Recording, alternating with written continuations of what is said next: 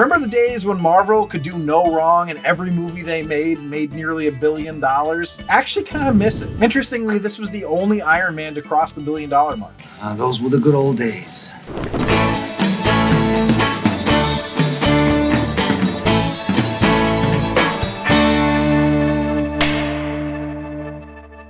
Welcome back to another episode of The Rank. I'm John, and today we're going to be continuing to rank action movies. Now, for those of you that are new to the show, I'm just going to give you an agenda real quick. We start off with the potent notables, which are just a few interesting facts or tidbits that I found out about the movie. Then I do the movie overview, which is where I talk about everything that happened in the movie from beginning to end. And then I rank the movie in 10 categories on the scale of 1 to 5, 1 being the worst, 5 being the best, all to find out what are the best action movies of all time. And today, we're going to be ranking Iron Man 3, the MCU actioner starring Robert Downey Jr., Gwyneth Paltrow, Guy Pearce, and Don Cheadle. It was based on the comics created by Stan Lee, Don Heck, Larry Lieber, and Jack Kirby, and the miniseries written by Warren Ellis and illustrated by Adi Granoff, with a screenplay written by Drew Pearce and Shane Black also directed it. And just so you know, there will be spoilers ahead. It's a movie that's been out for 12 years now, so if you want to watch it, you can certainly stream it on Disney+. But let's find out how Iron Man 3 ranks on the all-time action movie list and how it ranks with all the other MCU movies I've already ranked so far, starting with the potent notables. Potent notables. So as always with the potent notables, I start off with the movie's financials. Iron Man 3 made $409 million domestically and $806.6 million internationally for a worldwide total of $1.2 billion. This was against a budget of $200 million. Remember the days when Marvel could do no wrong and every movie they made nearly $1 billion? Actually kind of miss it. Interestingly, this was the only Iron Man to cross the $1 billion mark. I mean, that's a lot of money. So Shane Black directed this one, which meant that it was the first Iron Man that wasn't directed by Jon Favreau. Now, there were rumors that his salary demands were too high, or that he and Marvel had creative differences, but really the reason Favreau didn't direct the third installment was because of the stress and pressure he experienced putting the second one together. For the second one, it was right after Disney purchased Marvel, and Disney was really pushing for the sequel. Plus, Marvel had the MCU concept in their back pocket, and after Iron Man's success, they wanted to do it. So according to Favreau, a lot of things have to come together for this movie to work out. We're up against it schedule-wise. We've given ourselves less time on this film than we did last time, and it's a much more ambitious project. It's no excuse. We're going to have to do a great film, but it does put everybody under a tremendous amount of stress. That's what he was saying about Iron Man 2. So Shane Black getting the director gig for this one is largely thanks to Robert Downey Jr. He championed Black's screenwriting ability for the first Iron Man and led to him being the choice over Favreau, who had dropped out of consideration. Now, I know a lot of Marvel comic fans were upset with how this movie handled the villain, the Mandarin. This was actually Shane Black and Drew Pearce's worry when they pitched the idea to Kevin Feige. But Feige actually liked the twist, and this is what Shane had to say about it. I would say that we struggled to find a way to present a mythic terrorist that had something about him that registered after the movie's over as having been a unique take or a clever idea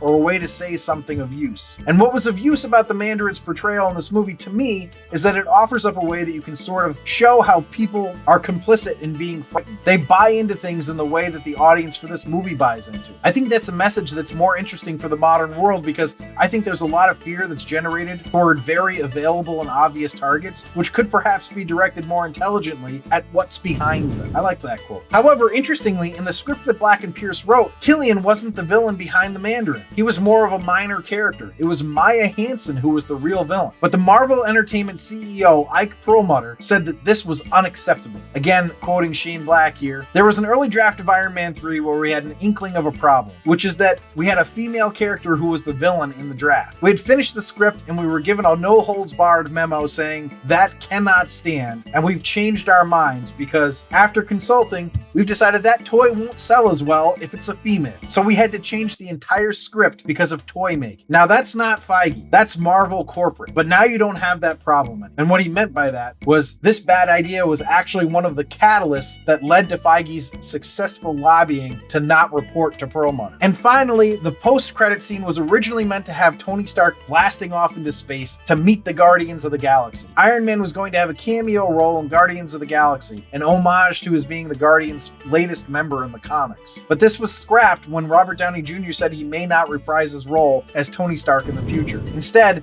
Dr. Bruce Banner, played by Mark Ruffalo, appeared in the post-credit scene, which was Robert Downey Jr.'s idea. So those are are all the potent notables. Let's go to the movie overview. Okay, I'm excited for another foray into the universe of the Marvel cinema. Now, the entire first phase of MCU movies are all archived episodes. Sorry about that. For those of you who are new to the rank, that's because we had a different format then, where it was myself and my friend Zach who were doing it together, and the episodes were a lot longer. But if you're interested in hearing those, you can always become a patron because they are available on Patreon. Anyway, I'm excited to start phase 2 with Iron Man 3. I hadn't seen it in a long time, but I remembered liking it, so I was curious if it would hold up. Well, we open with some very conversational Tony Stark voiceover. He's talking about creating demons, and this is where we'll meet the demon that he created. You see, back in 1999, Tony was still partying like it was 1999, and he was getting ready to bang a botanist. Well, we did get a cool callback to Yinsen, by the way. In the cave in the first Iron Man, Yinsen said he met Tony at a conference in Switzerland, and then lo and behold, there he is. Of course,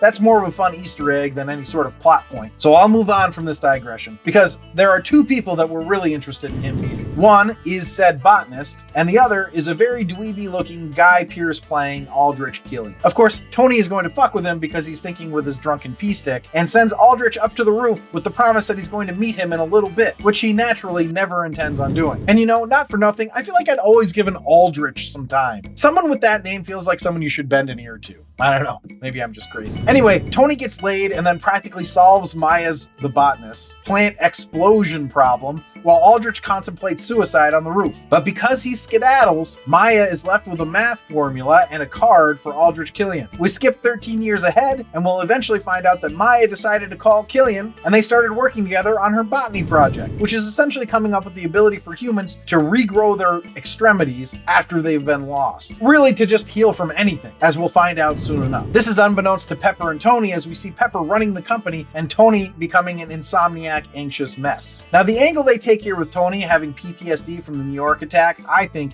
is a really great. It really humanizes him, which is perfect because unlike his superpowered friends, he's just a guy in a suit. He's super smart and rich, but he's still just a guy in a suit. And him having trouble coping with the events he took part in feels like something that would happen to a guy without superpowers. But it's not just that he's anxious or not getting enough sleep, he's literally having panic attacks. He has one in public while meeting with Rhodes to find out more about the Mandarin. Who's the Mandarin? The villain, of course. Or is he? Now, this is another win for the filmmakers, in my opinion, because superhero movies tend to be fairly straightforward. You're introduced to the villain and the hero early on, and there's no confusion about who is who. But in this one, eventually, we're going to find out that the Mandarin is just a gimmick. Now, there are things that are going to happen that lead us there, like Happy, Tony's former bodyguard and current head of security at Stark Industries, is going to get blown up by a guy who spontaneously combusts. Now, when I say spontaneous combustion, one might conjure the image of someone catching fire at random, but what I mean in this case is that he literally just blows up. So we see this happen and how it happens, and the next thing we know is that the Mandarin is taking credit for it. So an angry Tony is like, oh yeah, come and get me, and here's my address. While the Mandarin does come and get him, he shows up with 3 attack helicopters and blows up his house. Now, I would think that would make him fairly easy to track after that, because like, how many people have attack helicopters? Also, they're on the news, so I would think that some form of tracking could have been initiated. Now, maybe the helos flew under the radar when they left, but how did they pull the bodies and wreckage from the 2 helicopters that Tony destroyed so as to not give any evidence of where they came from? Whatever, it came from the villain. The villain's tough to find. Fine, accepted. This also made it so that Tony could work anonymously because everyone thought he was dead. What he didn't account for, though, was Maya not only showing up at his house, but also being willing to be in cahoots with evildoing to the point that she helps to kidnap Pepper. Of course, we discover that her motivation is to find Tony to fix the problem that she hasn't been able to fix in 13 years, and apparently Killian knows this as well. So you'd think Tony and Maya would be pretty valuable to Killian, right? But he kills Maya when she starts to get lippy, and then basically does all the worst things he could try to get Tony to help him, then gives up and tries to kill Tony. What was the plan if he succeeded? I guess I jumped the gun there because we find out that the Mandarin on TV is actually just an out-of-work junkie actor named Trevor Slattery, played amazingly by Ben Kingsley, and the real Mandarin was Killian all along. He had a really elaborate plan of making a terrorist threat give him a product that the government would buy. The plan basically has them stealing the Iron Patriots, nay, War Machines, armor, putting the president in it, flying him to a port, I guess, and killing him with oil on TV. This was meant to be the final act of terrorism by the Mandarin. Then the vice president, who was in on this, would become president and give AIM, Killian's think tank, bank all the government contracts at once. And we're led to believe that the vice president was willing to do all this because a little girl, presumably his daughter or granddaughter, could do with some leg regrowth. I think they probably could have left this motivation out of it. The motivation of wanting power, I think, would have been fine. Either way, Killian's plan is obviously thwarted, but not just by Rhodes and Stark, but also by Pepper, who gets injected with Extremis, which is the botanist project, turning into a superpowered badass. Bam! Good guys and gals win, roll credits. Then in our post-credit scene, we find out what the voiceover was coming from, as Tony is telling the story to a sleeping Bruce Banner. That was a really fun touch and a silly note to end on, but let's see how it ranked. A rank.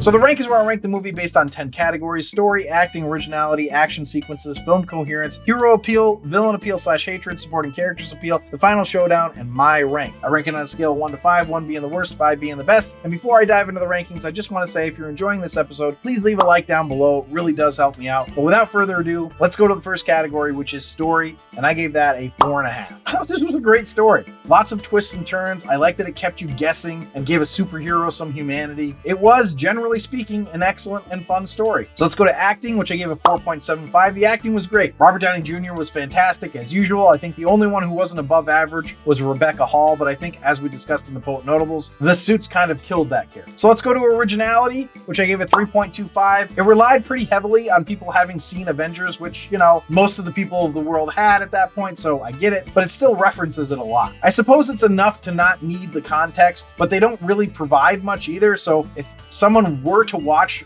Iron Man 3 by itself, they'd be like, what wormhole in New York? They'd also probably assume they needed to see the first 2 Iron Man movies, but they'd be wrong. It actually doesn't rely very heavily on those 2 at all. So the reason it's not lower is because I thought giving Tony the extra vulnerability by him having anxiety and panic attacks over New York, essentially giving him PTSD, was a great touch and enough originality to not be below it. So let's go to action sequences, which I gave a 4.5. The action sequences are a lot of fun. I actually enjoyed all the different suits and all that. Interestingly, this was more of a mystery than action movie in my opinion. There really aren't a ton of action scenes, but when they have them, they're great. Like the rescue sequence of the people falling off Air Force One, that was really good stuff. So let's go to film coherence, which I gave a 1.75. I really struggle with the Trevor Slattery stuff. I like the twist, but how did he have girls there? Did nobody else ever recognize him? I know they said he had plastic surgery, but that seems kind of flimsy. I just have trouble believing that secret could have been kept if you're having all these people interact with him. Also, Killian murders Maya Hansen. I don't really understand why this happens. Like, doesn't he need her? And if he didn't, why is she taking a stand or there in the first place? If he needs Tony to figure out how to fix the problem with Extremis, why does he keep doing the wrong thing? And then he just decides to try to kill him anyway? It's just bizarre motivation. I don't know, it's just weird. How did they not track the helos that attacked Tony's house? How is Killian able to hijack TV transmissions? Also, and this is a small thing, how are all the really hot people able to wear clothes when they heat up? They're hot enough to melt metal, but their clothes are undisturbed. Anyway, that's film coherence. Let's go to hero appeal, which I gave a 5 because, I mean, it's Iron Man. It's awesome. Let's go to villain appeal / hatred, which I gave a 3.5. You know, Killian is a pretty decent villain. He does a lot of villainy things, and you definitely root against him. He's also powerful, so there's a lot going for him, but at the same time, it still just felt like he was kind of ancillary a lot of the time. Like, okay, yep, he's the bad guy, he does bad stuff. Like, but how is Tony gonna get out of this one now? So let's go to supporting characters appeal, which I gave a 4.25. Rhodes and Pepper were excellent in this. Trevor Slattery is an hilarious character, even if I think he hurts coherence. I really enjoyed Pepper being a badass in this one, but we'll get to that with the next category. So the next category is the final showdown, which I gave a 4.5. I really enjoyed this, and it's because Pepper just kicks the shit out of Killian, like ends his day real quick. Tony was having a really hard time with him, but Pepper didn't at all. Anyway, the sequences were a lot of fun and it was super engaging. So let's go to my rank, and I gave this a 4.25. This one had a lot of twists, mostly fun. Trevor Slattery was fun, but maybe a little too cute. I enjoyed the surprise of Tony not actually being in the suit when they saved the people falling out of the airplane. It was all just a lot of fun. So that puts the total for Iron Man 3 at a 40.25, which puts it in the tier Supreme Cinema. It ended up above Captain America: The First Avenger, and interestingly, just below Iron Man 2. I definitely did not expect Iron Man 2 would end up ranked higher than Iron Man 3, but here we are. Actually, the MCU movies are real bunched up here, with it going Thor at 41.05, Iron Man 2 at 40.6, Iron Man 3 at 40.25, and Captain America: The First Avenger at 40.1. So this is the 9th MCU movie I've they've ranked, and it sits right now in 7th position, with the first Iron Man being ranked the highest and the Avengers right behind it. And if you're ranking along with me, drop your score for this one in the comments. So thanks for listening and or watching. Now, if you enjoyed this week's episode and you'd like to see a list of our action movie rankings, you can do that at our website, therankpodcast.com. Please also remember to subscribe and or follow, like the episode, comment, or reach out to me directly via email at info@therankpodcast.com or john@therankpodcast.com with any of your questions, comments, or suggestions, and I will reply to you if you want me to. And if you super duper like it, you can support the show by becoming a patron at patreon.com/therankpodcast, where you can access all of the archived episodes, which is all of the Phase 1 MCU movies. But it's time to go, so alvida.